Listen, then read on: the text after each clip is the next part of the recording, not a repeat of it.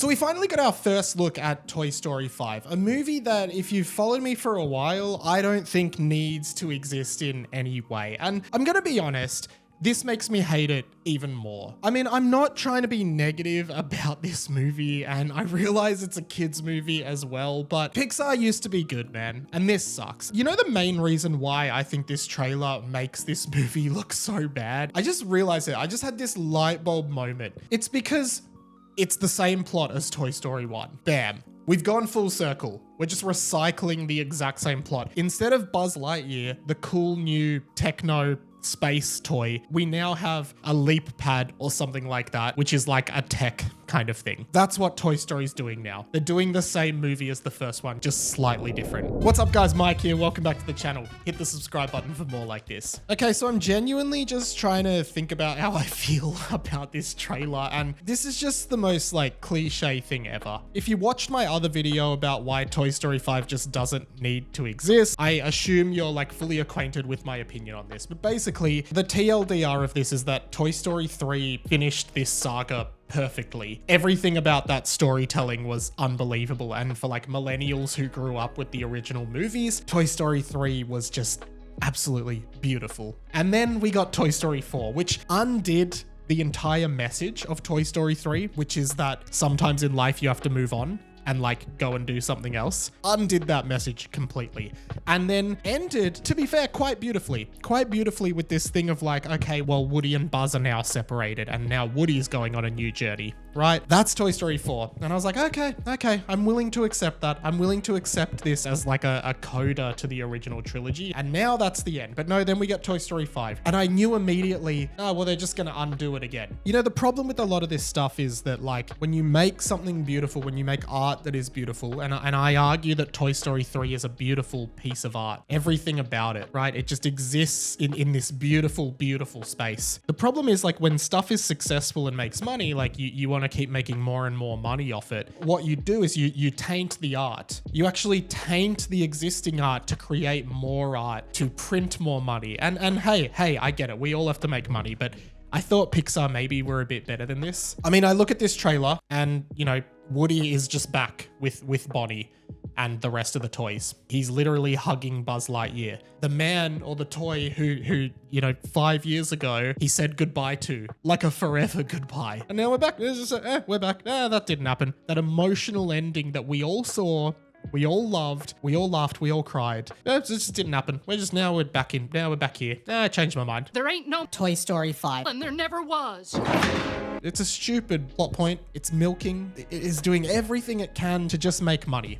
And I hate it. Not only like is it a really cliche story, I mean like you look at The Incredibles 2. When did that come out? That must have come out in like 2018, 2019. I could be wrong. That's an old movie now. And I remember seeing that movie at that time, and the villain was like the screen slaver.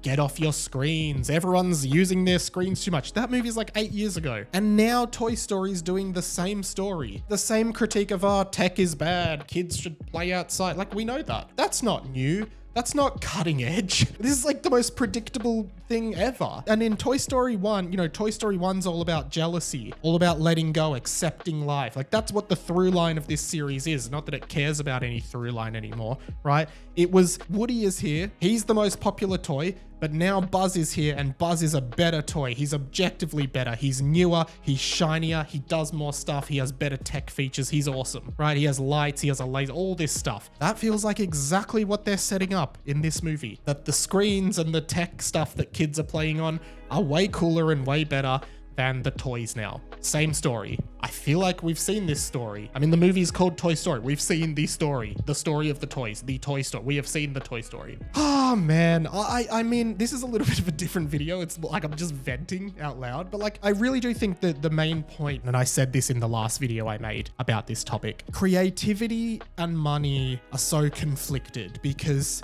money means that creativity is limited so much. Because if we're like, okay, we put Woody and Buzz in a movie, we make tons and tons of money. It doesn't even need, like, we don't have to honor the legacy. We don't have to honor the people who grew up watching these movies. We'll just change it. Maybe I feel the same way about like Indiana Jones and Star Wars, where it's like, okay, well, we can make tons of money if we slap Star Wars on a movie. So let's just make whatever. Let's just literally make whatever. That's how you get The Rise of Skywalker. That's how you get the new Indiana Jones movie, because it's less about making art and making something beautiful, and it's more about, well, let's just slap it on, we'll make a bunch of money. That's what it is. Because Toy Story 5 undoes Toy Story 4, which undid Toy Story 3. Think of the legacy of this franchise if they just left it at 3. It's not a mess of Pixar's own making. It's just like, they've had a bunch of stinkers. Elemental, that was a stinker. Elio, the one they just had, I haven't seen it, but it just didn't do well. Back in the day, every time there was a Pixar movie, it was like groundbreaking. It's like, this story is amazing, the animation's amazing, we've never seen anything like this. But then they got comfortable. Inside Out 2 was really good. Luca was good. All the other ones recently have been terrible. And they're in a rut, and they're like, okay, well, we have to make money.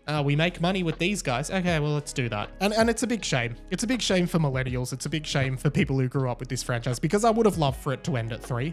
But here we are, talking about it. And I think, maybe the devastating part for me is I'll see this movie. I'll probably even end up liking it. Like, I might even be doing a video in a year or whenever it comes out being like, oh, I was surprised by that movie. It really did it. And I'm sure it will have an emotional ending, but it's like, you can't just keep doing, this is the real end. This is the true ending. So yeah, I'm not conflicted. I'm not excited about the movie, but I probably will see it. That's just where I'm at with Toy Story 5's trailer. I just thought it was a bit of a stinker. Hey guys, thanks so much for watching this video. I'd love to put it over to you. What did you think of the trailer? What do you think of Toy Story 5? What do you think of the legacy? Have they destroyed it?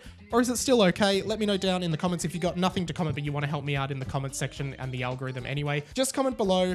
I'm Woody. Howdy, howdy, howdy. That classic quote.